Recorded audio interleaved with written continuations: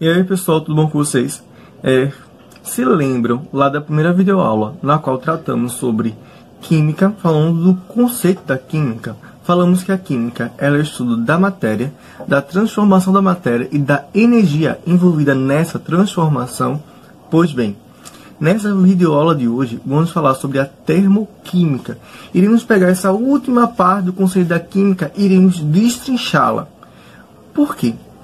A termoquímica, qual é o conceito dela? A termoquímica é o estudo das trocas de energia em forma de calor ao longo dos fenômenos. E quais fenômenos são esses? Podem ser fenômenos físicos ou fenômenos químicos. Qual a diferença básica entre os dois? Os fenômenos físicos são fenômenos reversíveis e os fenômenos químicos são fenômenos irreversíveis. Mas aprofundando mais um pouco, os fenômenos físicos são aqueles fenômenos em que não há mudança na estrutura molecular da matéria. Como assim, André? Não entendi. Vamos exemplificar. Vou dar um exemplo aqui para vocês. Sabe a água? Pronto.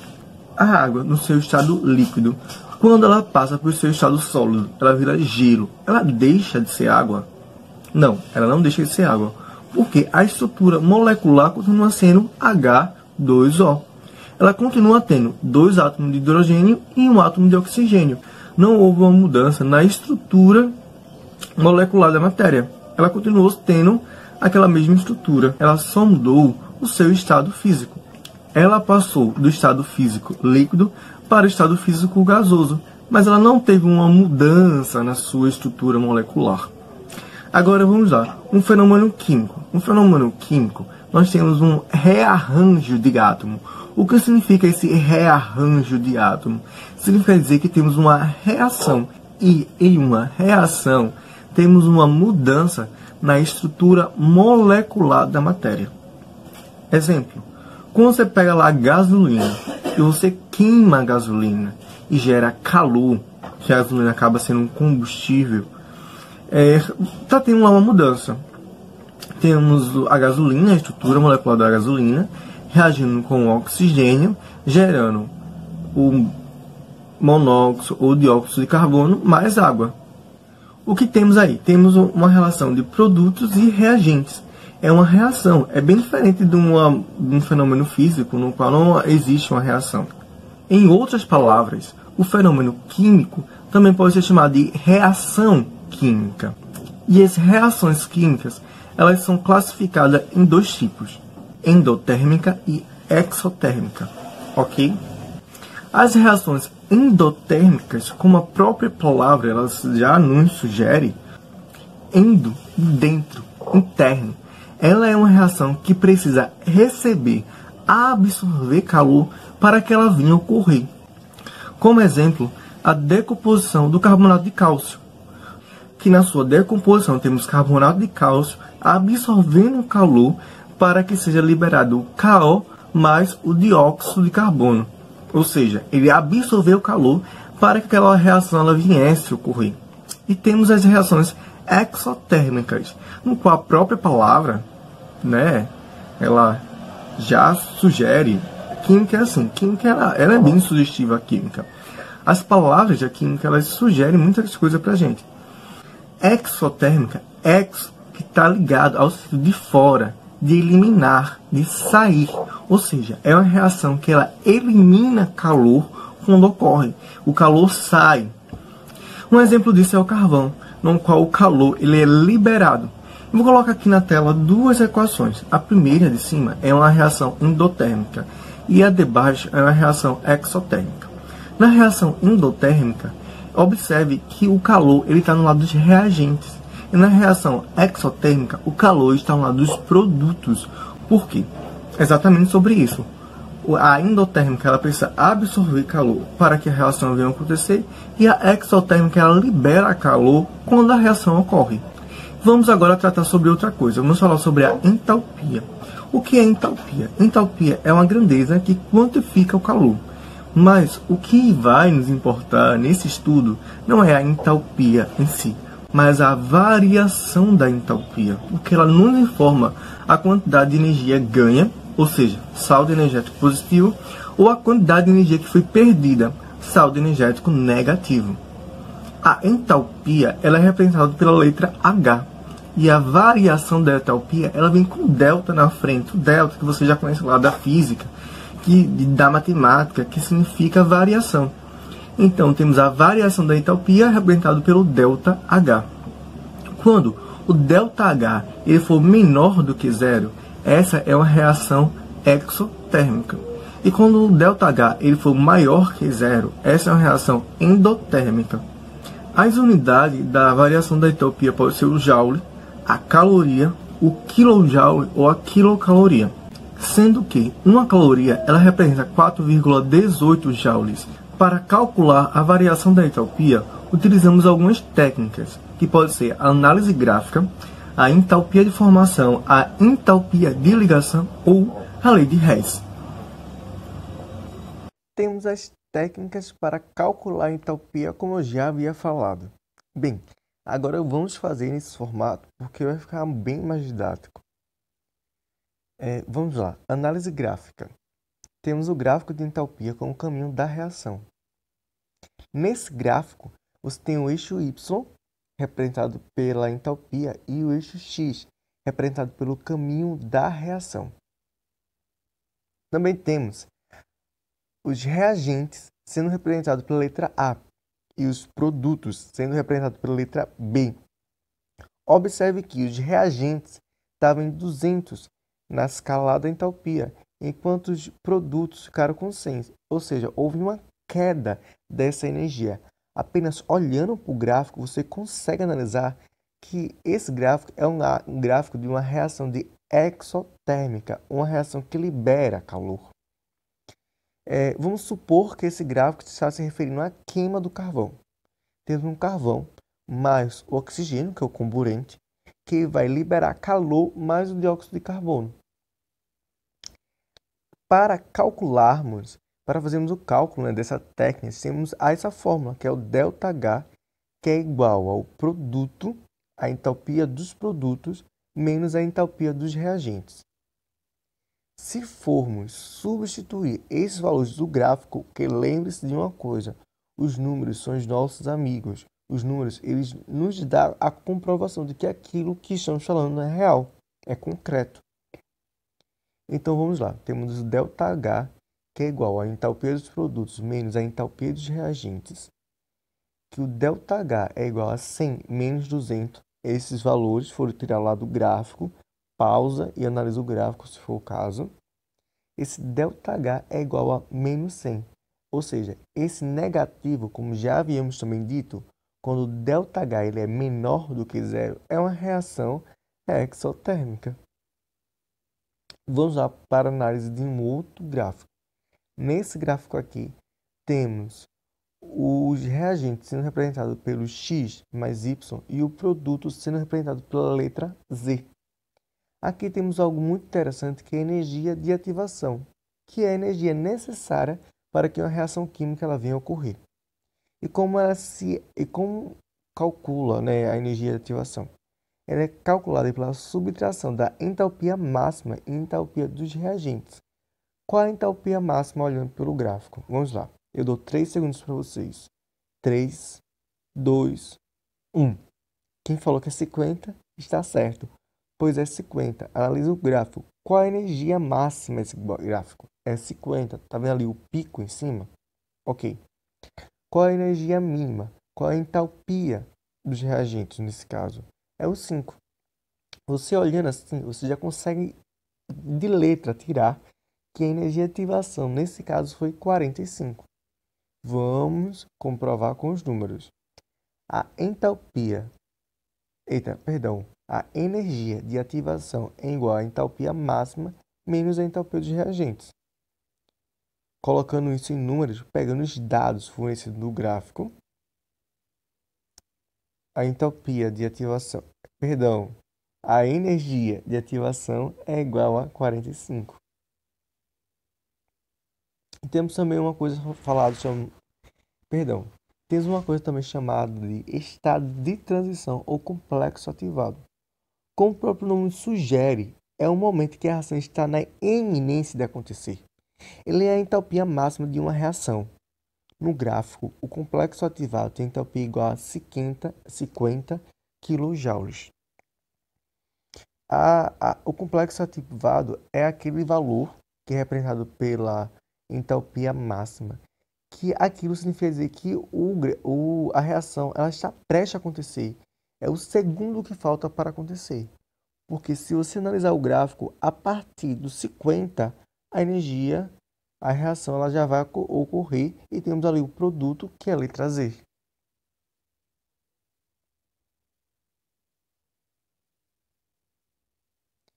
Se vamos fazer o cálculo aqui da variação de entalpia, não vamos pegar o 50, que é a entalpia máxima. Vamos pegar a entalpia do produto, que é 20. Fazendo no cálculo, observamos que o ΔH é igual a 15. Gente, eu apenas repeti tudo que a gente viu no outro gráfico. Qualquer coisa, volta ao outro gráfico, veja como eu falei, e aqui você consegue fazer. Uma outra dica também é que você pausa e tenta fazer sozinho, esquecendo os números. Essa é uma reação endotérmica, porque observe, ela ganhou energia. O ΔH ele é maior que zero. Esse ΔH é positivo. E também você olhando pelo gráfico, você observa que o x mais y está abaixo. E o z ele já deu ele já subiu um pouco. E temos o gráfico de entalpia sem o caminho da reação. Observe aí nesse gráfico. Temos apenas o eixo y, que está ali representado pela letra H. Nesse gráfico também podemos ver 3 reações que ocorrem. E na reação mais próxima do eixo Y, que está aí a grafita, vemos que o carbono, a grafita, mais o oxigênio, vai gerar o dióxido de carbono. E essa reação é uma reação que ela decai, ela perde energia, ela elimina energia, ou seja, é uma reação exotérmica, onde o ΔH ele é menor que zero. E temos também uma outra técnica chamada entalpia de formação, que é o seguinte: a energia envolvida na formação de 1 mol de uma substância a partir de seus constituintes na forma mais simples. Decora isso, é na sua forma mais simples, porque esse é o famoso pega besta.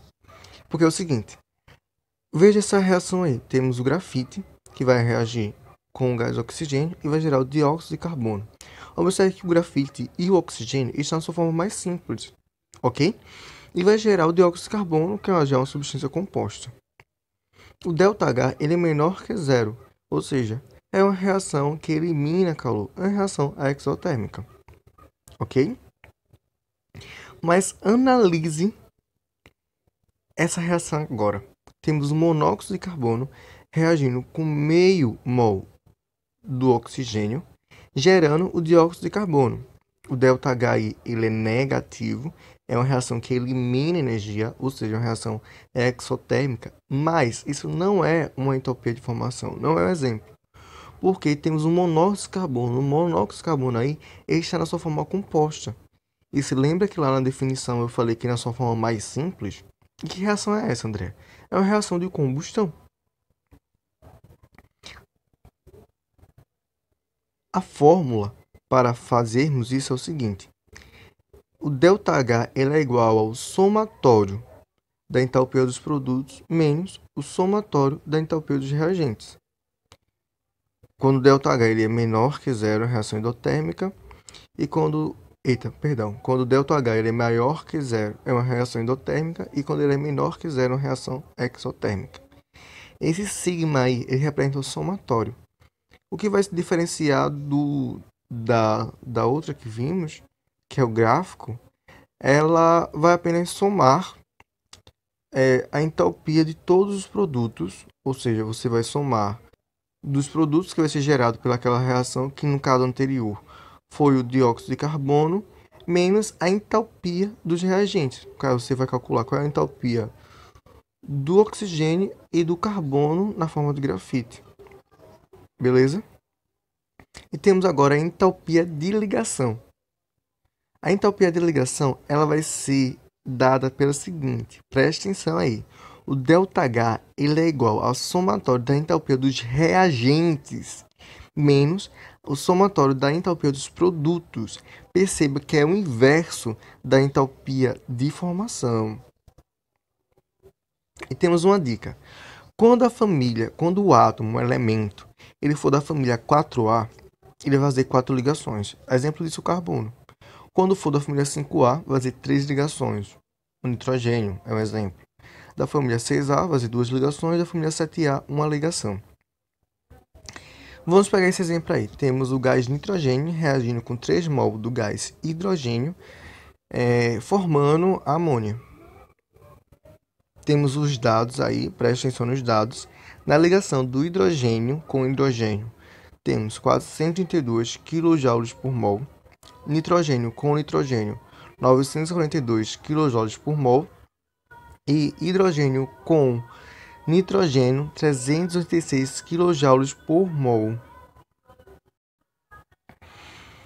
Vamos pegar isso agora e vamos colocar em números, né? Vamos calcular isso tudo.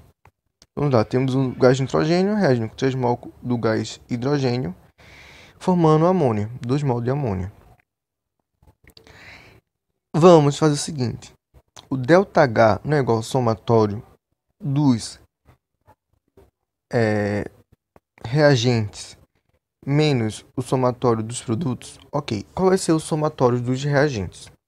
A entalpia aí do nitrogênio, o nitrogênio aí vai se ligar com ele mesmo, ou seja, o nitrogênio se ligando com ele faz 3 ligações que vimos aqui pelo gráfico, que é 942 kJ. Mais o hidrogênio, só que o hidrogênio ele vai se ligar para 3 mols, vão ser 3 mols, ok? Então, por isso tem esse 3 aí na frente. Menos 2 vezes 3. Por que 2 vezes 3? Temos 2 mols que vão reagir com 3 ligações do tipo nitrogênio, hidrogênio. Colocando esses valores aí do gráfico e fazendo todos os cálculos corretos, você vai ter o ΔH igual a menos 78 kJ, ou seja, uma reação exotérmica.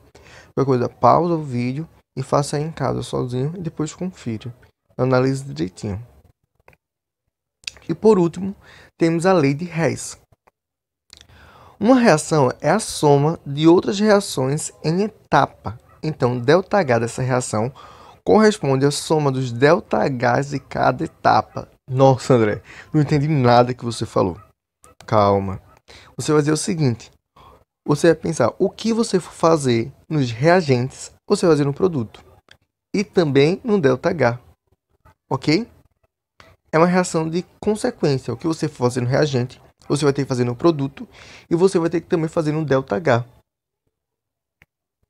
Para ficar mais claro, vamos dar por exemplo. Se formos somar.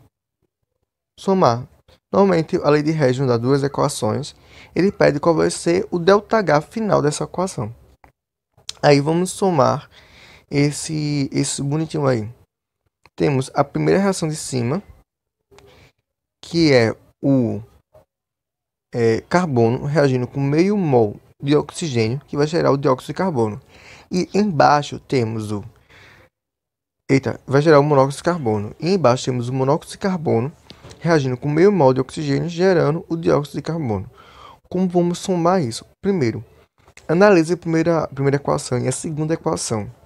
Veja aqui, na primeira equação temos o monóxido de carbono em um lado, no lado dos produtos, e embaixo temos o monóxido de carbono no lado dos reagentes. Nesse caso, iremos cortar o monóxido de carbono, ok?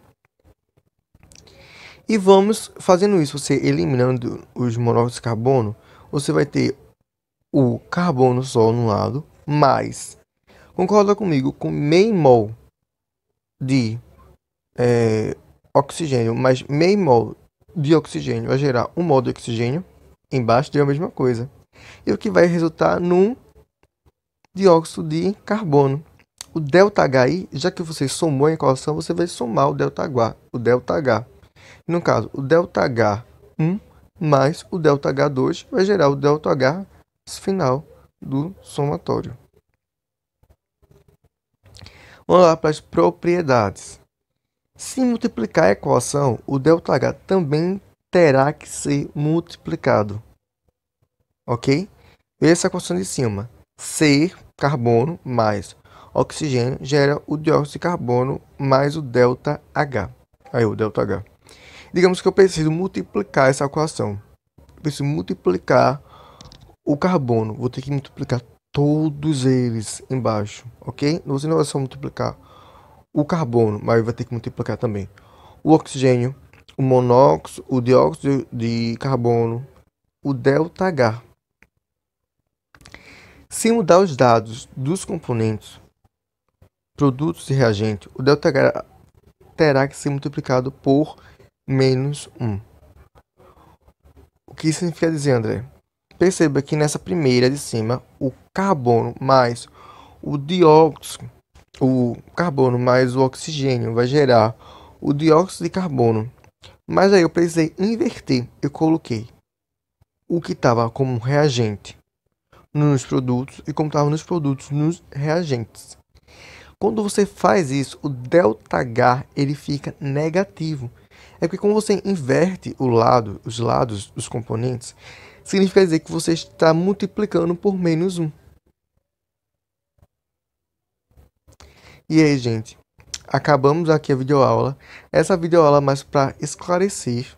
Você vai assim praticando em casa, fazendo questões, qualquer coisa, olha novamente essa videoaula.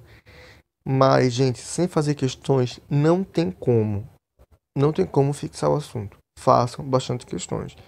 Bom, encerramos por aqui essa videoaula. Espero ter ajudado vocês e até uma próxima. Falou!